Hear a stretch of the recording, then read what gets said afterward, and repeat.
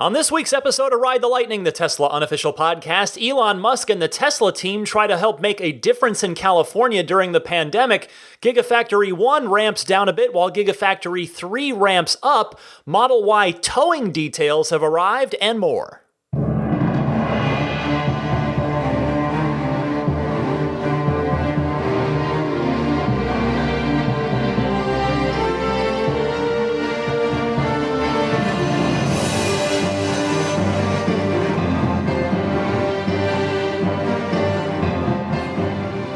What's happening, friends? Ryan McCaffrey joining you here with Daisy the Boxer Puppy to my left, who at this point in time barely ever leaves my side since I don't leave the house except to walk her. So she is truly the canine companion at this point. But welcome to episode 243 of Ride the Lightning, the Tesla unofficial podcast. This one for March 29th, 2020. And, you know, what can you say? We enter, for me, it's week 2 of stay at home. And I can tell, it's funny, I can even tell from just Ride the Lightning that people's routines, my audience's routines, your routines are thrown off. I probably got fewer Ride the Lightning hotline phone calls this week than I have since that segment became a regular thing. And my download numbers are down, but I get it. These aren't complaints. These are observations. I get it. Believe me. Those of you who are parents now have to work from home to the best of your ability and care for your children and homeschool them, plus the million other things that you have to do to keep your household running. It is an upside down time. It is strange for all of us and difficult for all of us, but staying home is hopefully going to help this thing pass a little sooner and keep more people healthy and safe. So I hope all of you out there are staying safe and staying healthy, staying home. And with that, let's get to the Tesla news, which does begin on the coronavirus front, only because the factory has shut down this week. So what is Tesla occupying themselves with? Ramping up production on not cars, but ventilators. Elon and the Tesla and SpaceX teams got a shout out from California's Governor Gavin Newsom in one of his daily briefings earlier this week regarding the state's battle against COVID-19. Here are 2 quick clips mentioning Elon from Gavin Newsom. I've had just in the last 48 hours to speak to more scientists, more researchers, more engineers, more Nobel laureates, more CEOs of companies large and small than I have quite literally in years. I had the opportunity to have a conversation with Tim Cook, who stepped up and he said, in addition to the 2 million masks that the vice president said he would donate to the American people this year and this week, he's going to additionally provide 1 million just for the state of California. Elon Musk working overtime at Tesla to see if he can work with companies large and small, Philips and others, to see if he can start working up components on ventilators. And he announced to me today that he's going to provide 250,000 masks today for healthcare professionals just in the state of California. Also committing to over 1,000 ventilators just in a few days, the state of California, working through his supply chains and partnerships.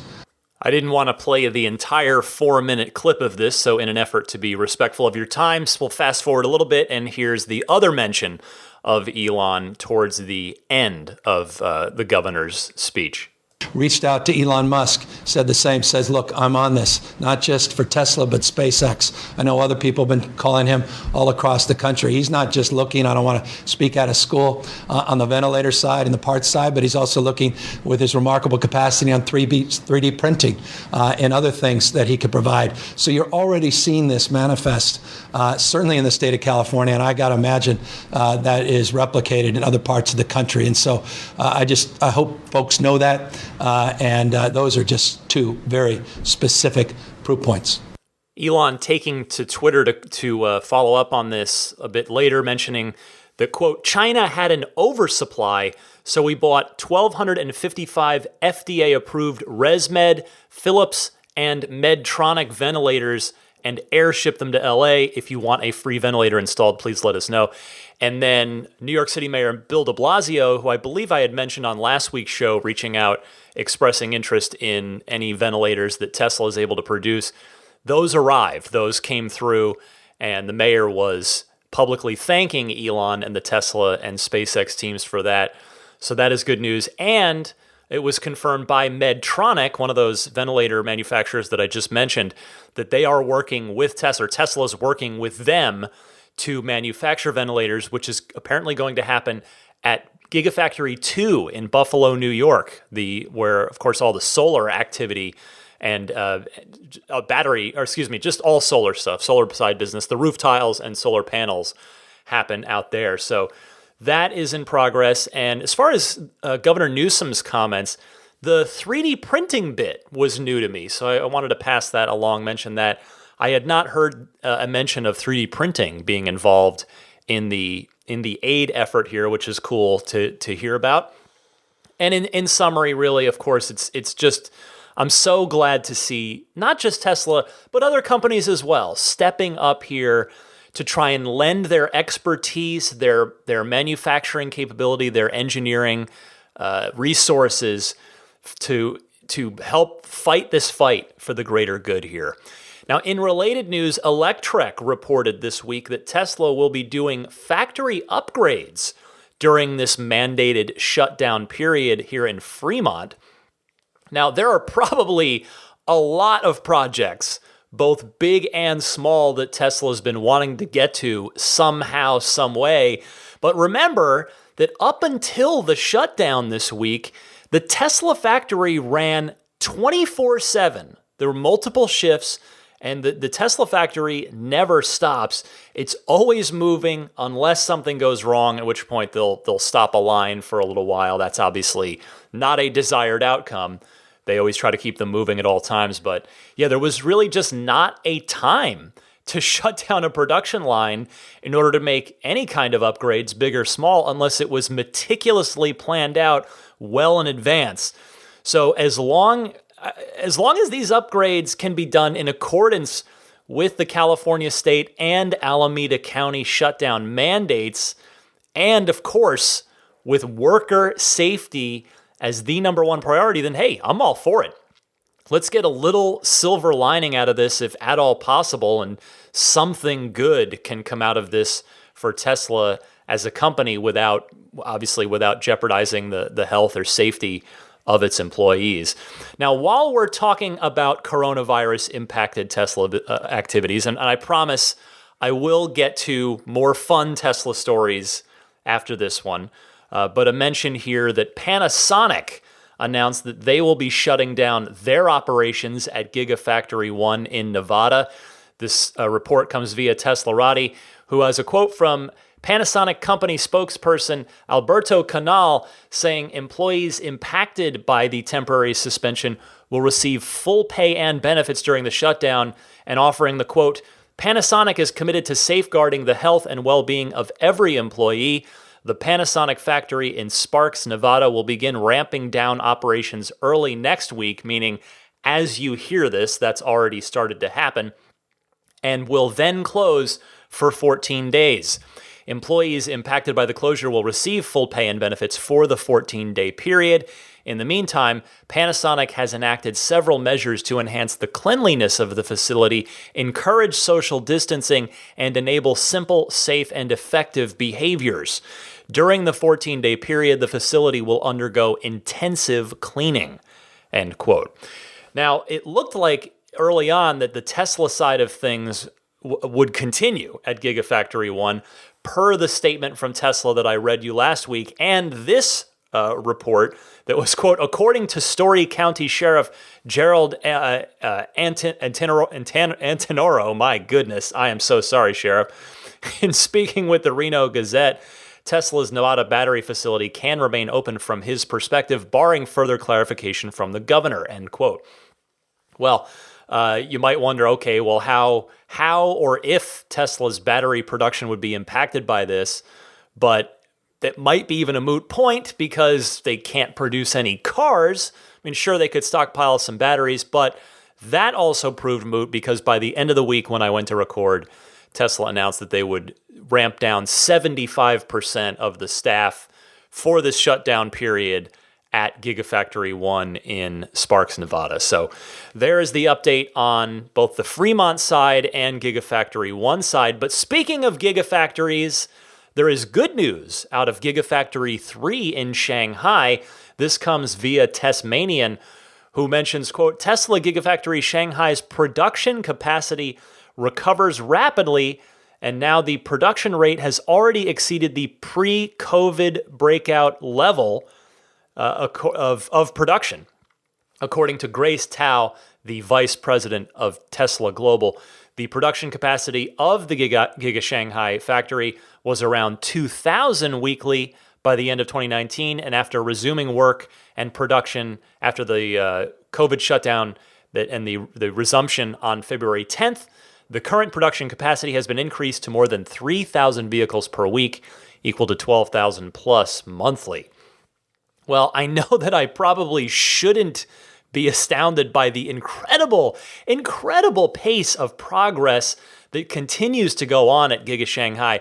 But I've got to be honest, I am. Like every time I hear about them beating some deadline and getting something done in a crazy fast way, I continue to be astounded by it. It is just amazing to me how quickly everything has happened in Shanghai. Everything from construction to production. It's unbelievable. The expansion for Model Y is already well underway. Now, if Gigafactory 4, if Berlin can go anywhere near the speed of Giga Shanghai, then we're going to have that fourth Gigafactory online before we know it. And on a related note, by the way, the latest update on that project, all the trees have been cleared and grading of the land is underway. So there is progress. There is some progress to report out in Europe on Gigafactory 4. Also from Tasmanian this week, they have internal Tesla documents showing that the Model Y will be getting a towing mode, complete with key details about it. It's all via their confirmation of trailer mode details from an upcoming software update. So that's where this came from. They've got the screenshots to prove it, and so far, Tasmanian's got a pretty good track record with this kind of stuff, so I'm very much inclined to, and they posted the screenshots and they look quite legit, so no reason to doubt them at this point. And here is that information. It is that the towing capability will use a 7-pin wiring connector, which appears to be a relatively standard connection. Towing will be restricted to when you have 5 or fewer occupants on the 20-inch tires. Now, presumably, the 19-inch Gemini wheels would be fine too. Can't say for sure at this point. It was not spelled out in that documentation. And then the big thing that a lot of you have been waiting to hear about, the maximum towing capacity of the Model Y, 3,200 pounds or 1,451 kilograms, and a maximum tongue weight of 320 pounds there. So this falls between the 2,200 pounds that the Model 3 can do in officially only in Europe and the 3,500 pounds that the Model X can do on its 22-inch wheels. Now the X, if you recall from a few shows back when this came up in the Ride the Lightning hotline, can do 5,000 pounds of towing if it's on its 20-inch tires, which are the smallest ones offered on the X. So it is a pretty significant difference between the maximum towing capacity of each of the two Tesla SUVs. If you put them next to each other in towing mode, it is substantial. But that said, 3,200 pounds is nothing to sneeze at for the Model Y. Now we just need the official towing package hardware to roll out so that people can start actually using this. Some of the new Model Y owners have already taken off that cover panel on the rear bottom center of the car, and they have found absolutely nothing behind it. There's nothing back there yet. Not yet. Odds are, I think, when Tesla is ready, they're going to offer it both as a factory option, and leaving existing Model Y owners, I'm sure we'll be able to get that towing kit installed as an aftermarket option at a service center. When will that be? Who knows? Especially now, everything's up in the air. All timelines are up in the air now, but it almost certainly will happen. That is the good news, which I know that's no surprise. We all expected that it would happen, but now at least we have a little bit more clarity on it. Next up this week, Elon Musk commenting on the new heat pump in the Model Y. He says, quote, "Model Y's heat pump is some of the best engineering I've seen in a while. The team did next level work," and he added in a clarifying tweet that he thinks it's better than the Model 3's Super Bottle, which is sort of a secret sauce ingredient in the Model 3's system, saying on Twitter, quote, "PCB design techniques applied to create a heat exchanger that is physically impossible by normal means. The heat pump also has a local heating loop to spool up fast and extend usable temperature range. The octavalve is pretty special too. The team did great work, no credit to me," end quote.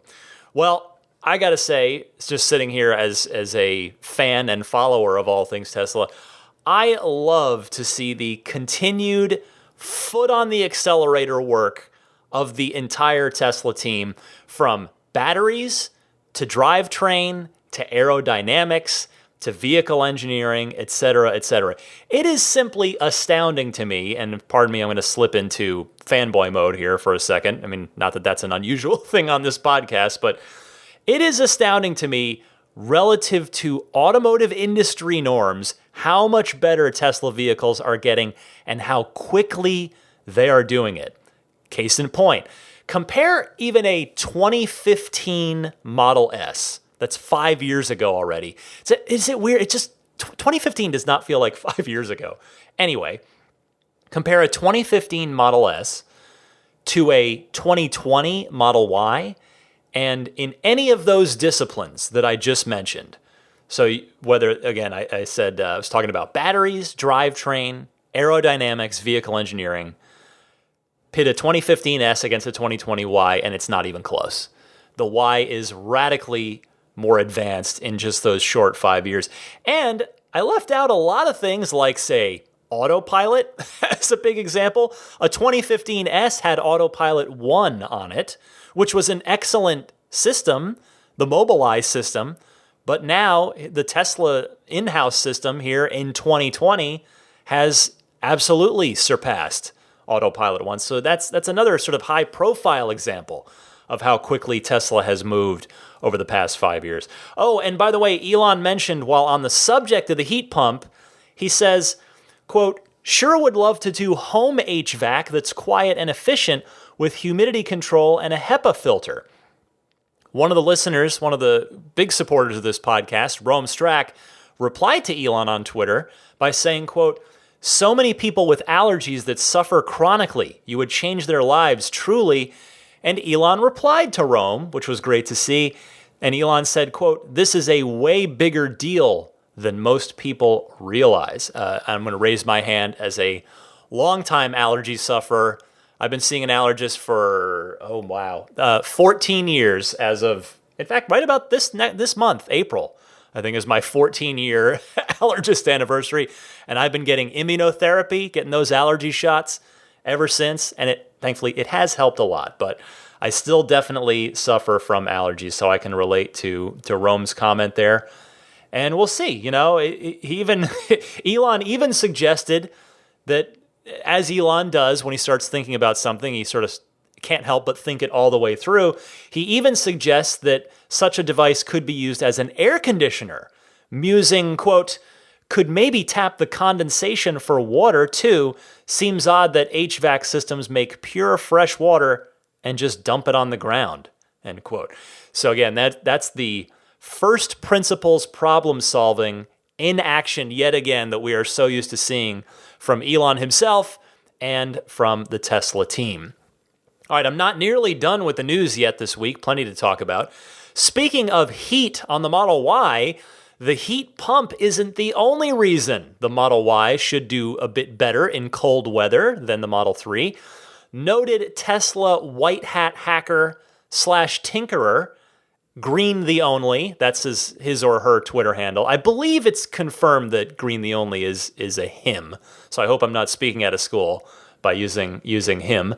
Posted, quote, "This just in, Model Y has a radar heater outlined in the wiring diagrams."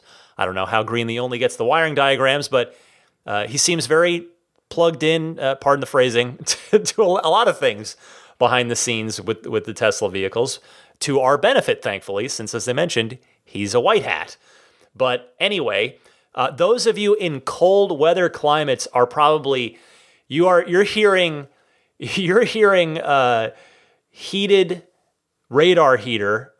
That's redundant. You're hearing radar heater, and you are probably nodding along in a very satisfied way right now, kind of like that GIF of Jack Nicholson on Twitter that gets used all the time, of just him nodding in slow motion. Anyway, this means, if you're curious, well, wait a second, what is a radar heater? It's not something unique to Tesla. Other cars have this as well, but it's particularly of importance, I would say, on a Tesla because it is part of the autopilot system, the radar that's being heated up front. So the autopilot radar sensor, it lives behind the front fascia.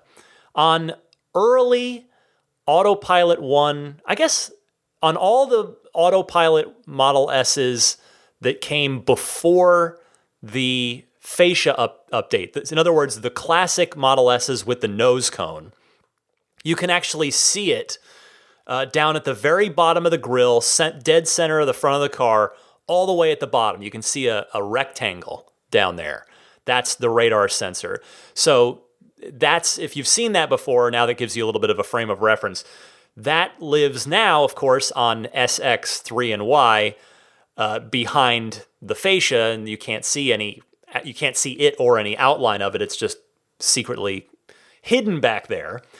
And it gets frozen over. There's snow and ice that gets caked on there in really cold weather, which has been known to prevent autopilot from working because that sensor can't do its job. So that heater now will help keep that clear and thus help autopilot be able to maintain functionality even in very cold weather. Now, I'm not sure if the heat pump will make its way to the Model 3, but I would think this has a better chance of doing so. Maybe it'll be both because presumably you need a wiring modification to put in the radar heater. So if you're going to do that, well, maybe why not add the heat pump into the system as well on a Model 3? So it could be a both all or nothing situation here with these two new heat-related features on the Y. Or maybe the 3 will just continue as is and won't get either, but that seems less likely because the Tesla way is to introduce these things, drive the economies of scale on them, and then implement them in the other vehicles while maintaining cost savings and high margins. So hopefully we will see both of those come to new build Model 3s in the coming few months. One more Model Y thing this week. The YouTube channel Out of Spec Motoring got their hands on a new Model Y and did a range test.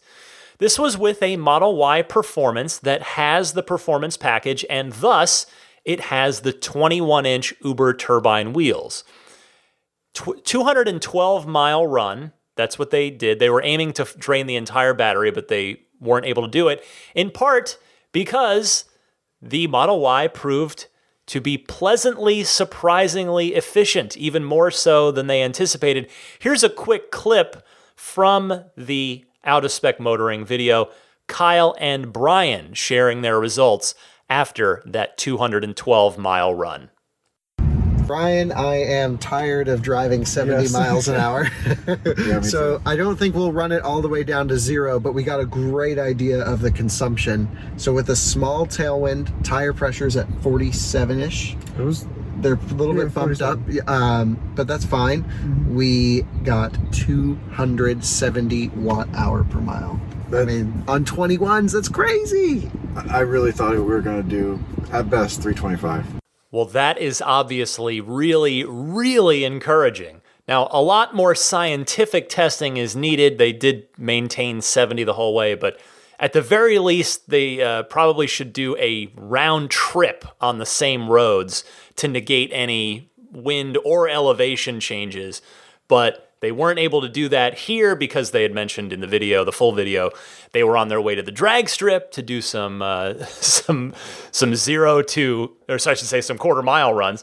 But if 270 watt hours per mile is even remotely close to accurate, again, they claim that they were on flat ground with a super minimal tailwind, which bodes well, then that shows that the Performance Model Y with its biggest wheel option has made really impressive efficiency gains over the Performance Model 3 with its biggest wheel option, the 20-inch Sports. Since the Y is obviously a bigger and heavier vehicle, I would imagine that we should primarily attribute this improvement to those 21-inch Uber turbine wheels, because if you look at them, they definitely have an aero-y look to them and a very aerodynamic look to them, certainly in comparison to the 20-inch sport wheels.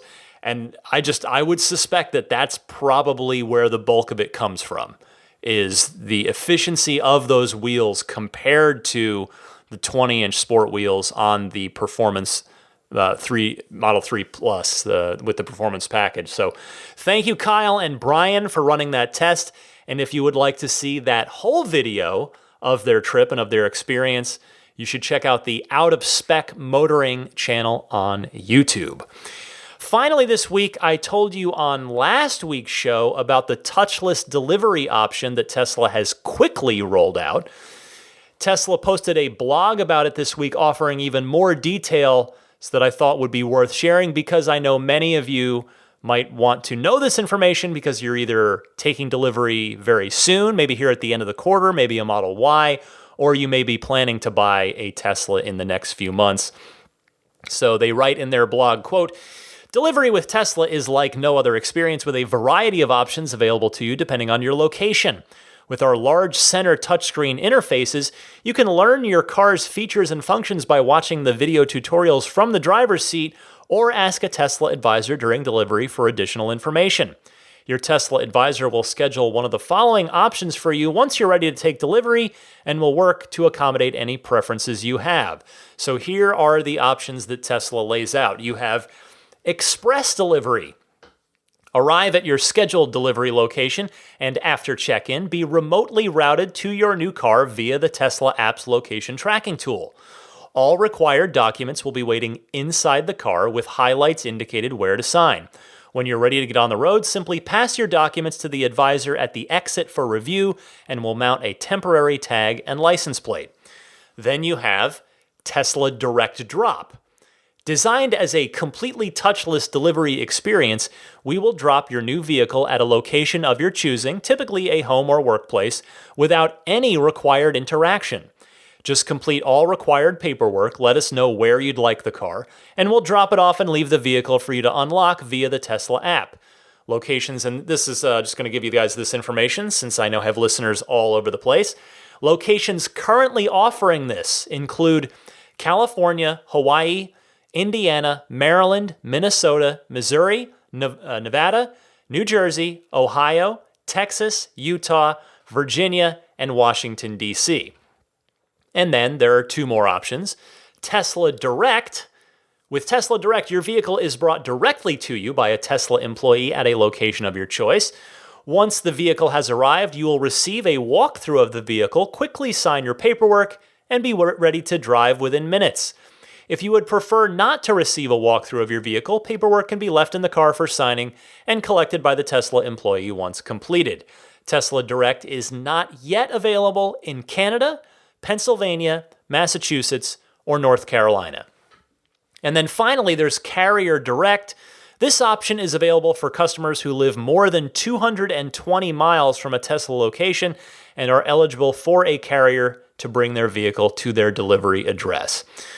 Well, I have talked many times before about how Tesla is such a nimble, quick company. This coronavirus situation and how it impacts something like vehicle delivery, a new car delivery. And it's a really good example, I think, of Tesla benefiting from being able to move this fast to adapt to a new and, let's be frank, of course, a less than ideal situation for everyone as far as the new car delivery itself goes. So I say good on Tesla for rolling out these new options, and that they all give customers a safe, social distancing friendly way to take delivery of a new Tesla while still hopefully having a good delivery experience. And that's, those are your two top priorities, right? The health and safety of the Tesla employee and of the customer, and then actually making sure on top of that the customer does have a good delivery experience. Because that's, I say this all the time when I'm talking about volunteering down at Tesla HQ at the end of a quarter to help with new owner orientations. I say it's adult Christmas morning, and that's what it is. When you take delivery of a Tesla, it's this, for most Tesla customers, it's a brand new thing. They've not had an electric car or let alone a Tesla before, so that it's a completely new paradigm. And in my experience, most people are pretty darn excited about it. So having these new options in place for safety, but also to have, to be able to convey information and get everything done that needs to be done. Love it. Good on Tesla. Quick bonus item before I move on to the Ride the Lightning hotline. Remember when I told you the rumor that had been passed to me? I think this was 2 or 3 shows back, and it was regarding the first full self-driving features being rolled out that I was told by this tipster it was going to be stopping at stop signs automatically and stopping at stoplights automatically. Well, my tipster was right. It is out there now. These features are out there now in what is, at the moment of the moment of me recording this, a very, very limited early access format. And it is exactly as I described to you back 2 or 3 shows back whenever I mentioned it. It will stop for stoplights. It'll stop for stop signs, and then you have to either press the accelerator to resume or tap the gear selector stalk, and the car will resume moving forward. So very, very cool stuff there. Love seeing that. Hopefully the rest of the fleet gets it here. If it's in a limited early access right now, I would say, just based on the past, a month optimistically that the rest of us will have it. 2 months, hopefully not more than that, but I guess it depends how smooth it goes, right? Because these are significant features in the sense of they carry a large safety burden. They have to work. They have to work very well before they can be rolled out to the entire fleet, or else it could present a very significant problem for Tesla and for drivers. So yeah, they've got to be sure on this one. So we'll see, but it's close. It's working. It's in some cars now. So love seeing that. All right, stick with me. I'm going to take a short little 5-second musical interlude. Come back with you in the Ride the Lightning hotline. Your calls coming in. We'll talk to anything that you want to talk about is around the corner right after this.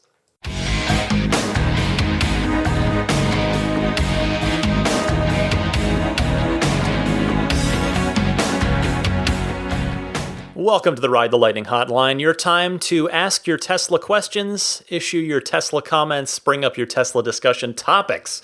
You can call in anytime, day or night. It's free and easy to do. There's 2 easy ways. You can either use your smartphone's built-in voice recording software, record your question, and then email it to me at teslapodcast@gmail.com. Or you can call in and leave a message on the Ride the Lightning hotline anytime.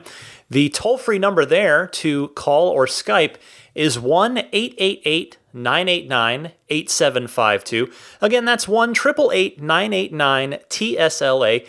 Either way, whichever way you call in, just please respectfully, I ask that you keep your call to 90 seconds or less, a minute and a half or less. And hey, if you know someone special with an upcoming birthday, anniversary, graduation, or some other special occasion, you can give them a unique gift of recorded voices from friends and family telling them why they're special. The recordings can be podcasted or put onto a keepsake. If you'd like to learn more, visit lifeonrecord.com. Let me start with Pete in Carmel, who is, I'll let Pete explain it. Pete, you're on the air. Hey Ryan, this is Pete Chalet. I know you usually publish positive commentary regarding Tesla, but I have to speak out, unfortunately this time in a negative way, against Elon Musk and his recent tweets about the coronavirus period. It is extremely disappointing to hear his point of view. It's patently wrong. As a physician, I will tell you this is a very, very serious pandemic. We are all at severe risk, and unless people are distancing themselves from one another and taking very careful precautions, we're going to be in big trouble, both from a health perspective and economically. He unfortunately continued production at his facility way beyond when he should have. He should have shut it down earlier. He was forced to do so by the authorities in California. Very, very disappointing, Elon. Thank you. Thank you for your call here, Pete, as well as for your perspective as a medical professional on this. Now, I debated whether or not to air this call, not because of the content of it, but just because of the fact that we're talking kind of Elon specifically here. And I mean, Elon comes up a lot on this show, obviously, but I always try to tie it to Tesla and not, you don't hear me, I don't talk about Elon's dating life or any of these other things that he has going on. I try to always ground it in Tesla because that's what I'm interested in. But I think in this case, this is obviously a society-wide situation. So again, Pete, I do appreciate your perspective and your call on this. And I'll be honest with you. I don't disagree with anything you said about Elon here. I, too, have been disappointed by his public comments on the situation. As I've said before, I respect Elon, and I would even go so far as to say I admire him. I do. He's accomplished a lot. He's done a lot of amazing things. But I don't always agree with him. I've talked about that on the podcast before. There have been things that come up from time to time. And always agreeing with him, I think, would not be very healthy because in my eyes, that's just cultism at that point. So I think Elon is an incredibly intelligent person, but I also feel that as someone with a very large influence online, thanks to his 34 million Twitter followers and counting, and, by the way, his more direct influence over the 57,000 plus Tesla employees and their livelihoods, I feel that he has a significant responsibility that comes with that. Now, on a more positive note, since last week's episode, Elon and the Tesla team began to deliver tangible assistance. You heard me talk about some of it at the top of the show, the 250,000 N95 masks, some went to Seattle, some went to the UCLA Medical Center, the confirmation that Tesla and SpaceX are working on ventilators. They've sourced some, and they're now going to create some. And per a tweet from the president, Tesla, along with GM and Ford, have been, quote, given the go-ahead, which presumably means that the ventilators that those three automakers are able to manufacture will be able to go straight to hospitals without any significant amount of bureaucracy or red tape involved. So thank you, Pete. Appreciate that call. Let's go next to Julian in Cologne, who also wants to talk COVID-19 with regard to Tesla. Hi Ryan, this is Julian from Cologne in Germany. I had an idea how Tesla could put to benefit their fleet to help fight the coronavirus outbreak. Since almost every one of their cars has quite a powerful computer built in, I thought it might make sense to use some of that computing power built in every car to calculate different scientific models and ways we could develop a vaccine and or a medicine against the virus. 1 million cars would actually go a long way with Tesla's powerful computers.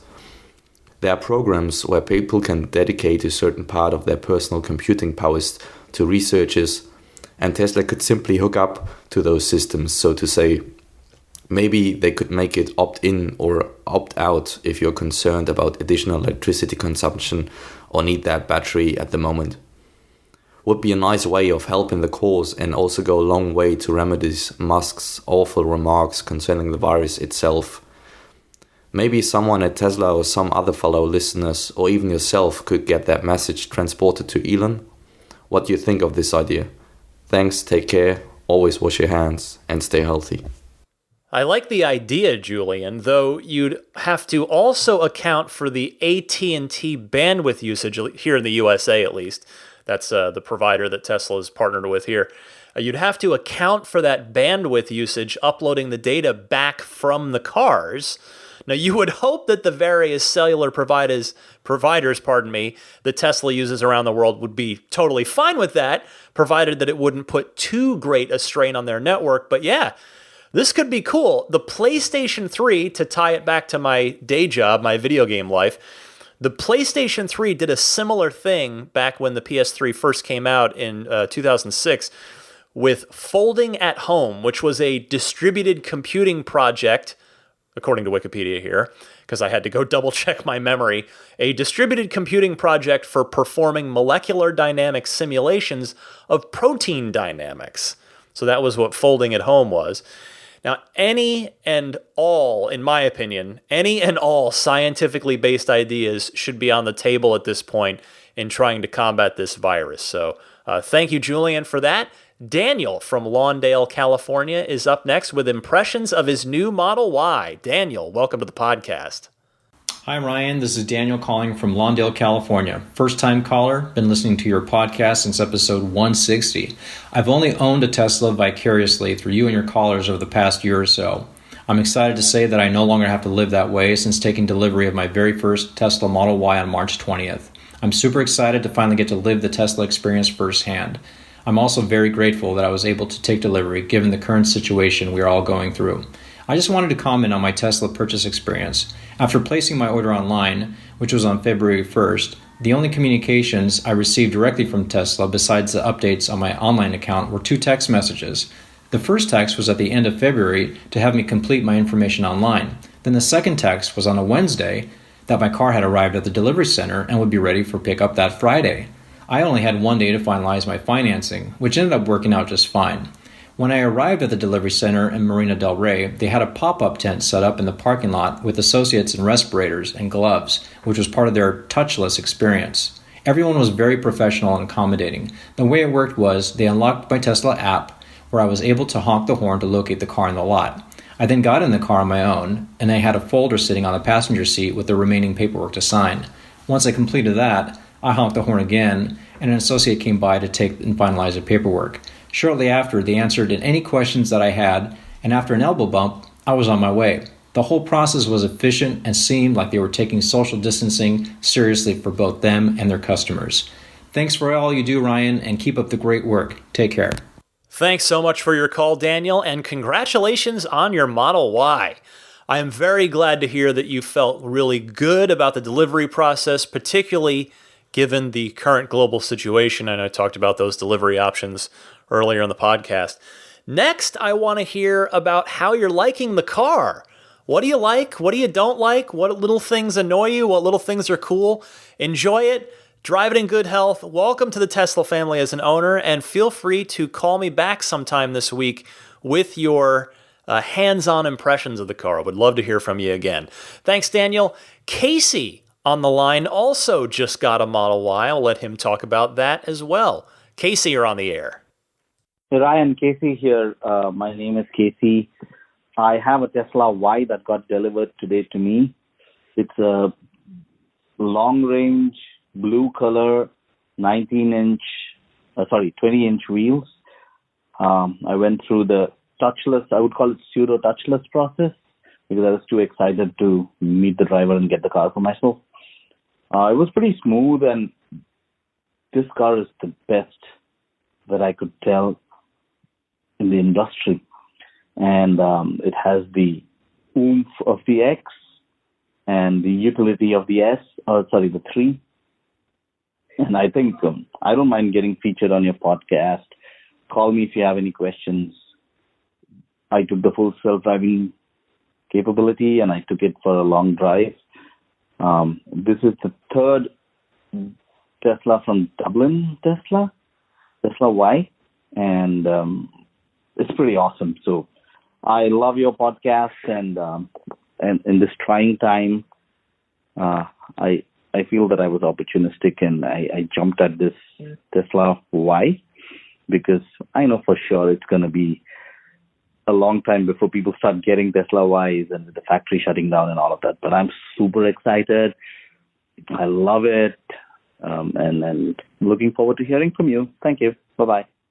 Casey, congratulations. Now, you said the oomph of the X with the agility of the 3. I absolutely love that description. You know, from everything I'm hearing so far and reading online from the first wave of owners, it seems like Tesla really has a winner here. Not that I ever doubted it. As I said just in this very episode of the podcast, I am a Tesla fanboy after all. But it just really seems like the Y has seen a lot of little refinements since the unveiling a year ago in all categories. I mean, engineering-wise, it's got the heat pump that I talked about, the radar heater up front, those bits from earlier in this podcast. Efficiency-wise, the wheels, as I talked about earlier as well, seem to be a step up in that department, and they look nice. They're more efficient and they look super nice.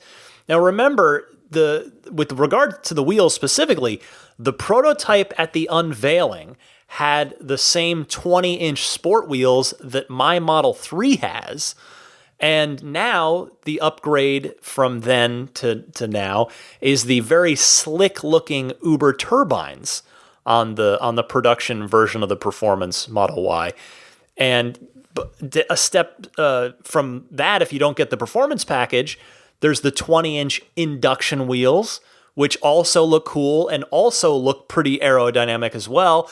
And then the base wheels are the Aero-style 19-inch Gemini wheels. So all cool-looking and aerodynamic wheel options on the Y. So just the wheels specifically, I think, are a good way to illustrate that case of all those little improvements that Tesla has done just since the prototype unveiling. But anyway, Tesla really did a great job on this vehicle, and they still haven't even really started trying to sell it, even without factoring in the current coronavirus situation. I think this car should do really, really well. Honestly, at this point, my only concern, and yes, could you hear the air quotes on that? But honestly, I really think the only potential hazard of sorts is if the Y ends up significantly eating into Model 3 sales, or really, will it eat into them at all? And if so, how much? So thank you, Casey. Congrats again. Enjoy that Model Y. Ken from Washington is up next, responding to fellow Washingtonian Tyler from Ording about where and how to take delivery within the state. This is pretty informative here. Check this out. Ken, go ahead. Hi, Ryan. This is Ken from Snohomish, Washington. Thanks for the podcast. I really enjoy it. I'm calling to kind of answer a question from Tyler from Orting, Washington. He called in a couple weeks ago. I think it was show number 241. He asked about delivery. Does it get delivered to you, or do you pick it up at a showroom? So one of the unique things here in Washington, I'm sure it is in many other states, is sales tax changes depending on what city you're in or what county you're in. I happen to live in unincorporated, non-transit area. So at my home address, the sales tax is 7.7%, where my local Tesla store is in Renton, Washington, where it's over 10% sales tax. So by having them delivered to my house, I was able to save that 2.5% or so sales tax, which on my Model X Performance was a significant savings. So I hope this helps. I hope that helps other people to think about their delivery. Have a good day. Bye. Ken, I honestly did not know that, so thank you very much for your call. I think this is excellent stuff to bear in mind. And for people, particularly those in states like Washington, where these sales tax variations are, the sales tax varies, I should say, by city or by county where these variations exist. Bear that in mind when gearing up to take delivery of any car, be it a Tesla or anything else. Good stuff. Ken, appreciate that. Howard from Maryland is up next, responding to the caller who wanted to do the European Cybertruck road trip. Go ahead, Howard. Ryan, it's Howard from Maryland. Calling in response to Cameron's idea of a cyber road trip through Europe. It really does sound like a lot of fun. It would definitely be more practical with a nice Peugeot E208. I lived in Europe for a number of years. The streets are way too narrow for some of the European-built mid-sized sedans. The Cybertruck would not make it down most of the streets found in European towns. There's a reason why hot hatchbacks were created in Europe and not here in America. As a frame of reference, you can watch some old episodes of Top Gear European road trips to get an idea of how difficult it would be to get around Europe in a Cybertruck. That being said, there is an alternative road trip that involves the names of European cities. My friends and I call it the European Tour of North America. For example, you can visit exotic locations like Marseille, Illinois, Versailles, Kentucky, or Berlin, Wisconsin. If Cameron is interested in this alternative European road trip, you can find an extensive list of locations on Wikipedia. All you have to search for is list of U.S. places named after non-U.S. places. It might be worth starting the road trip planning now. It would be a nice distraction from all of the COVID-19 news. Have a great day. Well, Howard, I'm sorry I couldn't be more of a distraction from coronavirus this week. The fact that the virus has come up on this podcast in a few different ways. It's like I said last week, my goal would be to not talk about it. It felt like this week it had to be addressed, had to be discussed due to what's going on in the world of Tesla. We'll take it week by week, and maybe before too long, I can get back to just talking pure Tesla stuff without having virus issues to have to navigate there. But in any case, I like your call, Howard. Now, with all due respect to those U.S. towns and cities that share the names of European counterparts, I would imagine that the scenery might not stack up to the European originals, but hey, it's a constructive suggestion nevertheless. And hey, thanks for backing up my limited personal experience with regard to European roads with some of your more comprehensive personal data on that. So all the best to you, Howard. Let me go now to Matthew from Dallas, the penultimate caller for this week, and wants to talk about a particular feature moving from one car to the next. Matthew, go ahead. Hi, Brian. This is Matthew from Dallas, long-time listener, first-time caller. I traded my 2016 Model S for a 2020 long-range Model S. During that process, I lost my lifetime premium connectivity. I think when someone trade a Tesla for a newer Tesla, they should keep all the promotion. This is only my suggestion. Thank you. Keep up the good work. Well, Matthew, this is a tough one, you know? I mean, Tesla is a business that needs to make money and survive, and at the end of the day, it's going to make sense that the lifetime premium connectivity would stick with the car, the life of the car, not the owner. But that said, you're a loyal customer, you're moving up. It would be nice, I think, if Tesla could meet you halfway somewhere, give you something. In fact, maybe the actual meeting in the middle on that, from premium lifetime premium connectivity to just a year, maybe they give you an extra year if you're an existing Tesla owner that's trading in and moving to a new Tesla. So you get 2 years of free premium connectivity, something like that. I feel like there's probably a reasonable solution there somewhere.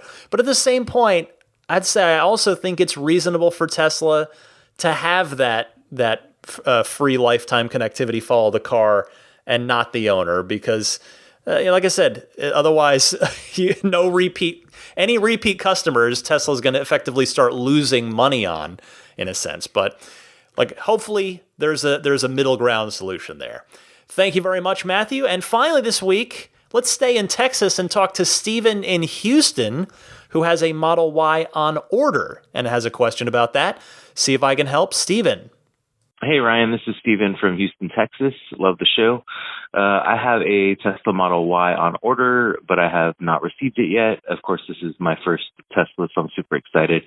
One question I had, I know the Tesla does not come with a spare tire, but I was wondering, do you know, does a spare tire or maybe even a donut fit in either the frunk or in the like secondary trunk area underneath kind of the main trunk. I was just kind of wondering if anybody knew that or had tried that, or any other cool ideas as to how to solve that rather than just roadside assistance. Anyways, keep doing what you're doing. I hope everybody stays safe. Thanks. Hi, Stephen, and let me offer my pre-congratulations on joining the Tesla family as an owner. I hope you get your Model Y soon. Now, to answer your question, I have to be honest, I don't know for sure. However, with the Y specifically, what's working in your favor is the fact that the secondary trunk that you mentioned is deeper than it is on the 3. The frunk is too, actually, but I still don't think, certainly based on the Model 3 frunk, that a spare or even a donut is going to fit in the Y's frunk. But that said, I think you might be able to hide a donut spare in that secondary trunk in the Y. I think you have a good shot at it. Maybe one of the new Model Y owners we just heard from could maybe, I don't know if they have a donut to check, maybe from another car. That would be the ultimate way to do it. But in any case, I am confident, though, that a full, proper extra wheel, no way. Not going to fit in the frunk or the deep well, the hidden well of that secondary trunk. But we'll see. So on the donut, that is. Hope that helps. Thanks for calling in. Thanks to everybody who called in. Again, I know everything's strange right now. You've got a lot more to deal with while quarantining and sheltering in place at home, and totally get that calling into a Tesla podcast is maybe not tops on your to-do list. But if you do get the time and the inkling, the interest, drop me a line anytime. I gave you the call-in info at the top of the segment. It's also found in the show notes every week if you need it there. So stick with me. I'm going to come right back and talk about what I've been up to with my car, as well as actually not a new segment per se, but just in the spirit of the shelter in place, of the stay at home, the quarantine situation.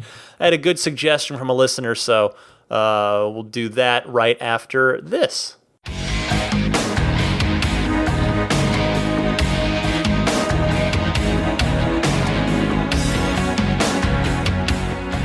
Well, my car hasn't moved all week out of the garage, and that is in large part due to my wife does not want me doing any of our shopping, she wants me minimizing my risk because, as I think I mentioned to you last week, I've got asthma. I've had it since I was a kid. I'm lucky that it's relatively minor. It really only kicks in when I get sick, but coronavirus attacks the lungs, and that means I have an underlying condition. I could be at greater risk to really being messed up and by this thing.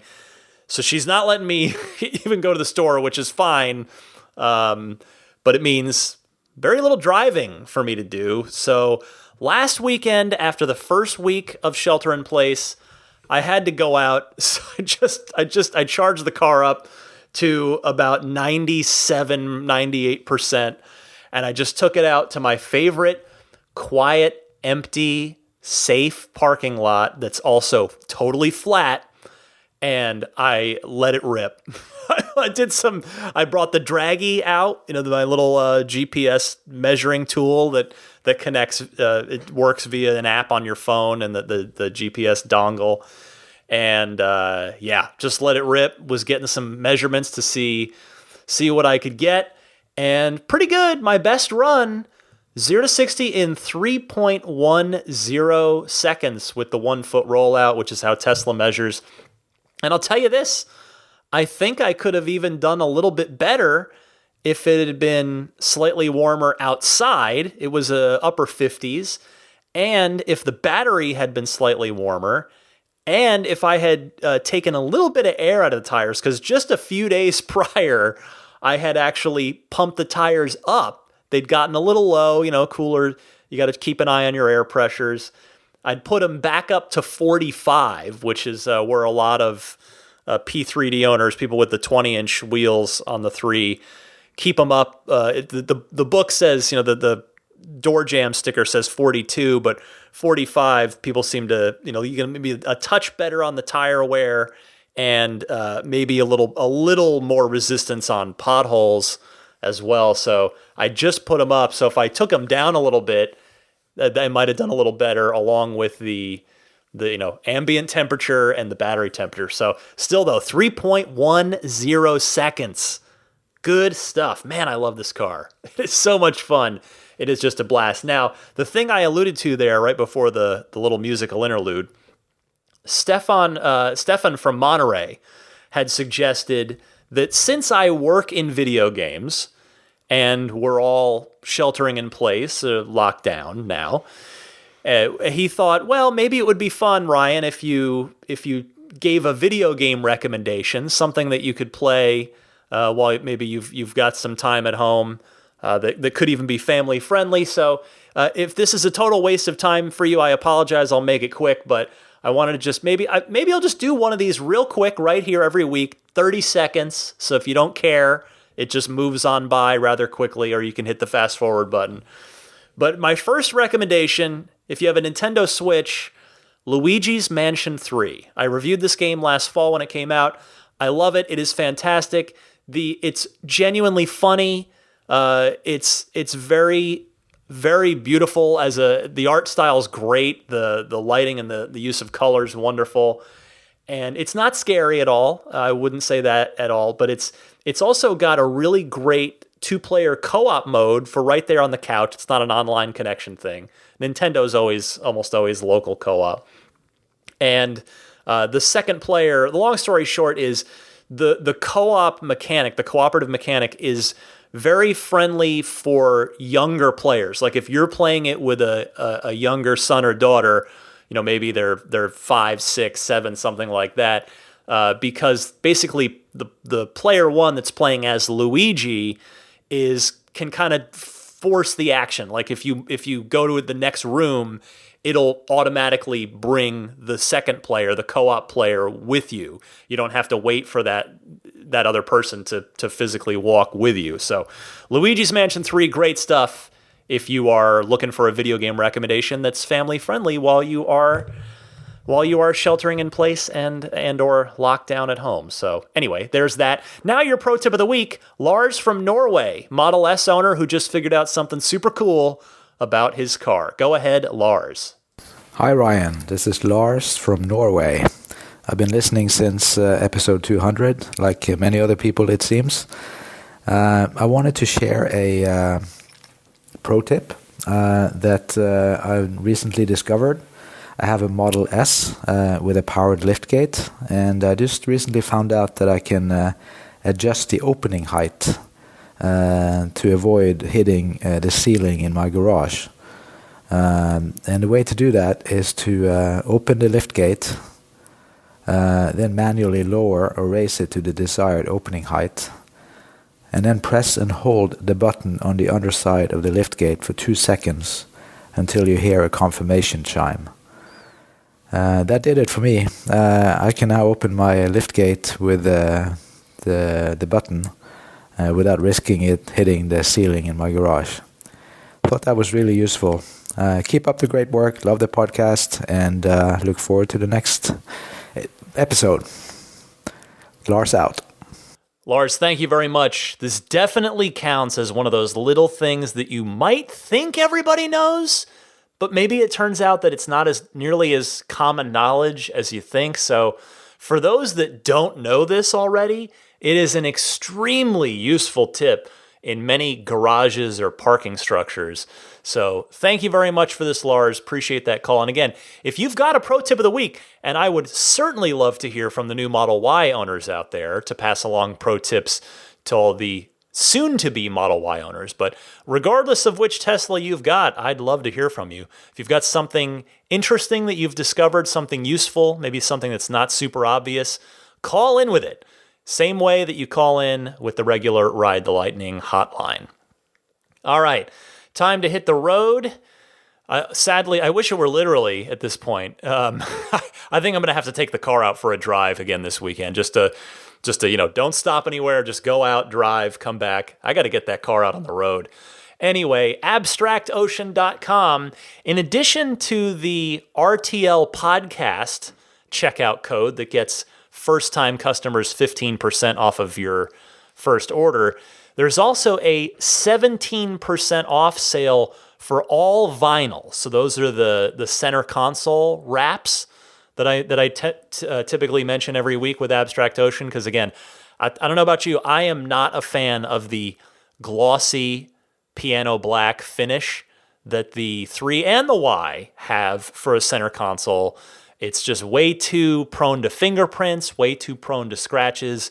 I put a satin wrap on mine, and you can get a number of different finishes on there, just wraps that you could easily remove it. So you put it on there. If you don't like it, get rid of it. But those are on sale. Use the code CLOVER, CLOVER, little St. Patrick's Day theme there. So coupon code CLOVER at checkout, abstractocean.com. So again, the vinyl stuff, the lighting kits, the tempered glass screen protectors, all that and more at abstractocean.com. Meanwhile, grab your dash cam, your Sentry Mode dash cam kit, one-stop shop, puretesla.com/RTL. $49 for the 128 gig kit. That's what I'm using. $69 if you'd prefer to go 256 gigs. Comes fully formatted, out of the box, ready to go. Compatible with Mac or PC. They ship anywhere worldwide. If you're in the US, they ship for free.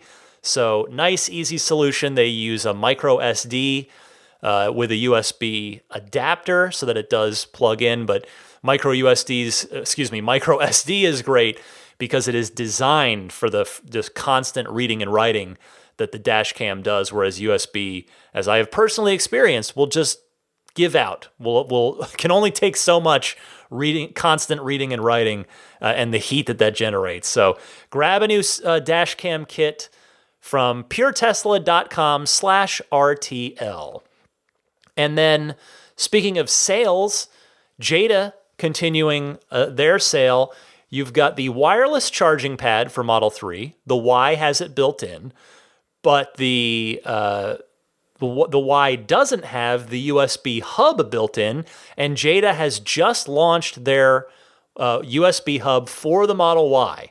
So it's got 6 ports, 4 USB-A ports, 2 USB-C ports, all of which are equipped for power and data usage. So that's a good first accessory to grab if you are a Model Y owner, because it also includes, speaking of the Dashcam Sentry Mode kit, again, the USB hub the Jada's got has that cool magnetic dummy door flush on the back of it that hides. It's a great place to hide your Dashcam USB stick. So you can check that out, and you've got the $10 off the USB hub using the code JADAHUB, all one word.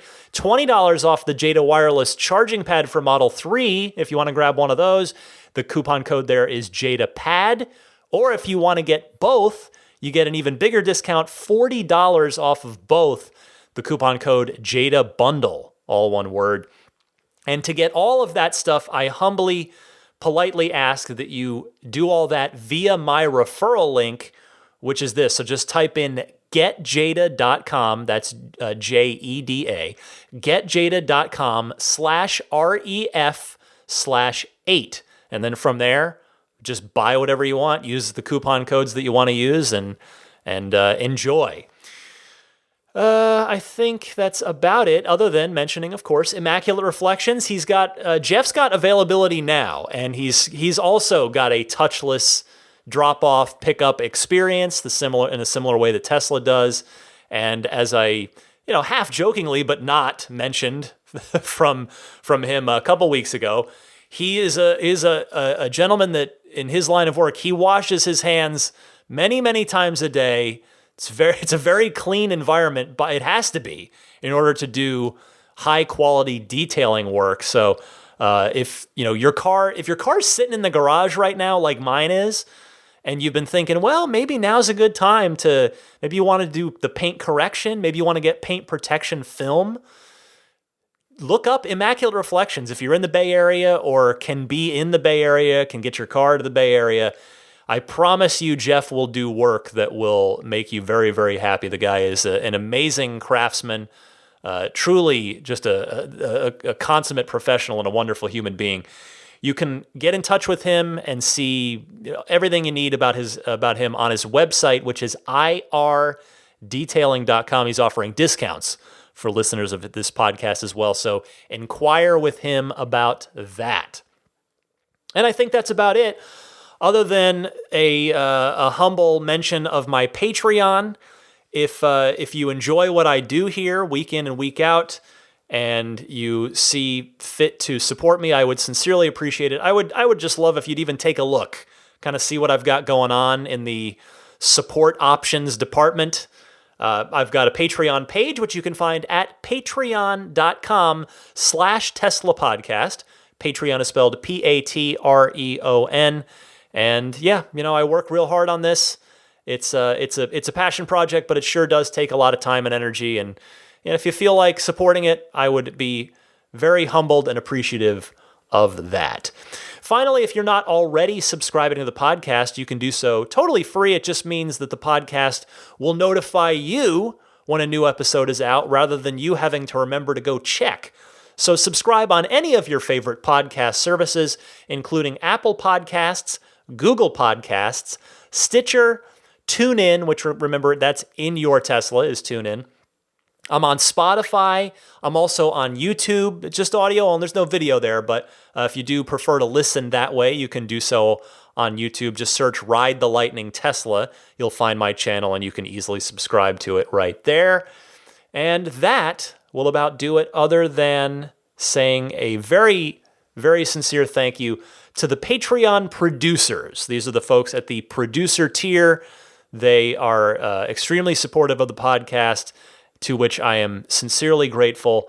So I want to say thank you to Pete White, Wolfgang Obergen, George Cassiopo, David Brander, Jonathan Wales, Alexi Heft, Logan Willis, Michael Lester, Robert Miracle, Jason Chalukas, Joe Edgel, Tim Hyde, Lawton from Chicago, Peter Chalet, Rome Strack, David Vakil, Ulrich Lassa, Luke A., Eric Randolph, David Nondahl, Jerry and Mary Smith, Brian Hope, Bill Royko, Lyle Austin, Joel Sapp, Dory and Steve Guberman, Michael Waddle, Daniel Grummer, Jeremy, Tesla Owners Taiwan, Jeremy Harris, Rob Brewer, Ron Lee, Chris Konesnik, John Cody, Matthew Wright, Charlie Gillespie, Kaz Barnes, Neil Weaver, David Perella, Sunil Joseph, Dennis Peak, Scott Gillis, Will Stedman, Evie-tricity UK, Stig Mickey Jensen, Jeff Angwin, Chase Cabanillas, Richard Folkers, Matt Kalin, Trenton from Myrtle Beach, Lisa Kaz, the Lydia family, Michael Regal, Mark Eversole, Ish, and Ramy from TeslaProTips.com. Thank you all so very much. And for a very sleepy, she's been out for a while, for a passed out puppy, Daisy the Boxer, I'm Ryan McCaffrey. Stay healthy, stay safe, stay home, detail your car, wash it, do any projects that you've been wanting to do with it. Maybe you want to do that center console wrap. Maybe you want to, who knows? There's plenty of stuff. You want to vacuum it out. You've been meaning to do that. Maybe wipe down your seats. You got opportunity while we're staying at home. But seriously, stay healthy, stay safe. I really appreciate each and every one of you taking the time to listen to me talk about everything in the world of Tesla for about an hour or so each week. So thank you all. Happy electric motoring when you're able to get out there these days. But we'll get through this. We'll the staying home now is better for all of us, both now and later. So the cars will be there. We're very lucky. We're all so lucky that we have these cars, these wonderful Teslas. They'll be there for us. They're just going to sit quietly, happily waiting. My car took a software update today. It hasn't moved in a week, and today it was like, "Hey, how about a software update?" And I said, "Sure, Spirit of Adventure, that'd be great. Why not?" It's just a minor bug fix, though. Nothing. It's a 0.1 update. Nothing big in this one, but in any case, all the best to all of you, and I will see you next week.